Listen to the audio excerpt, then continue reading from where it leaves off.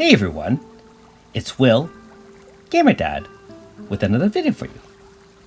So in today's episode of Should You Summon, we're going to be covering the two newest banners as of update 2.5.3, which is the Fateful for Mistrare, as well as the regular banner for Mistrare, as well as a split banner with her and AS Suzette.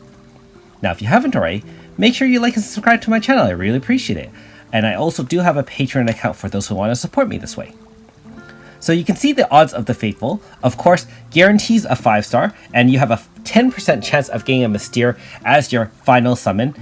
Note that this Fateful does include all the previous units up to this update, so you still do have an off chance of getting, for example, the powerful Lily, AS Foreign, or some of the other characters that you might not have gotten in the past. And now we'll just bring up the regular ally encounter Mistrare, just to see this banner as well. So you can see the odds there. Mistrare is split with AS Suzette, 0.8.8. You do have a boosted rate of a 4.5 Mistrare as well. Now, if you missed yesterday's update video, Mistrare is a very powerful wind and crystal type pierce unit. She's also our first crystal lunatic here. And so remember with crystal, it is a little bit different from the shade as well as the lightning.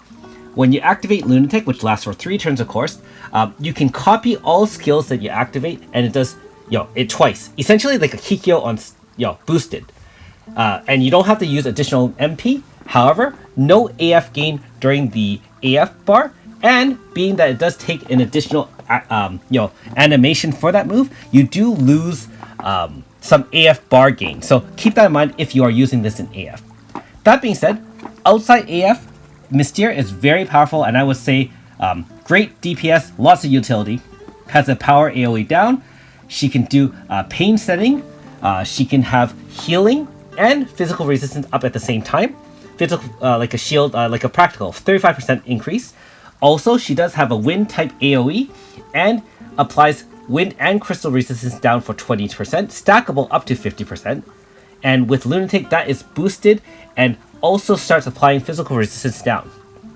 Her crystal move is crystal single DPS, powers herself up to 50% with 4 stacks, and her stacks also give her power and speed up, and when those 4 stacks are burned, it increases your entire team's crystal and wind type damage by 50%. So being that she's the only crystal type user right now, I'm not sure how she would be as of use in terms of boosting other crystal units. I would imagine she would actually be the center of a lot of crystal type teams in the future.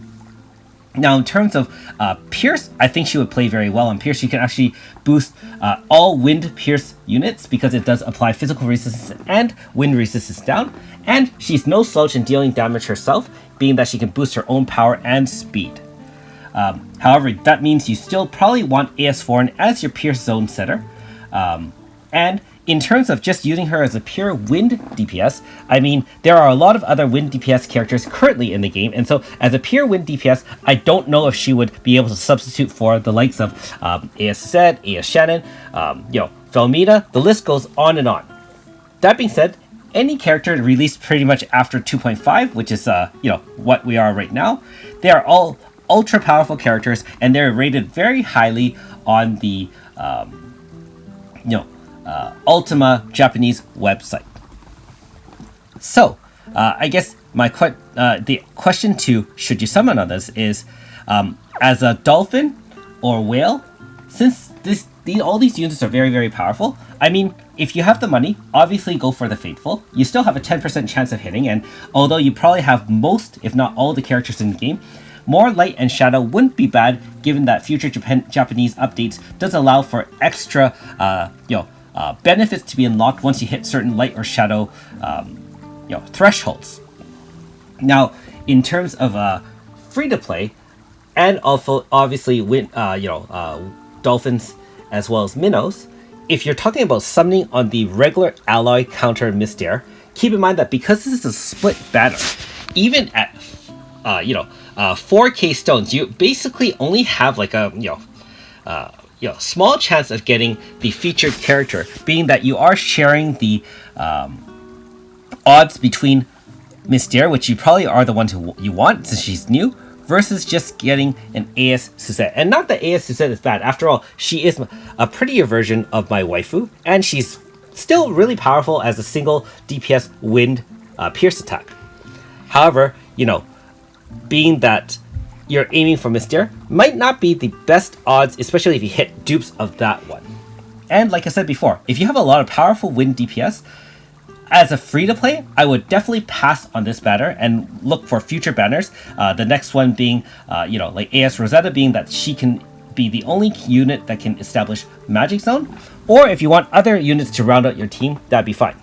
However, if you're new to the game, I would highly recommend summoning on this banner, being that she is extremely powerful, and realistically, you probably don't have access to a lot of 5-star units.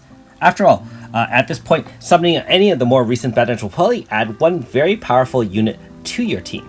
So, like again, if you are, if you have a lot of 5 stars already, probably pass on this banner unless honestly you have just a bunch of stones waiting to be burned. And let's not discount the fact that there is a huge waifu component to this summon. So if that is the case, by all means summon, because that is your best chance of getting Mistrare other than having an off banner pull. Anyways, let me know in the comments below if you did summon or if you're planning to summon. And as always, if you are, I wish you guys great luck and hope you hit multiple gold doors and or 5 stars. Anyways, thanks for watching.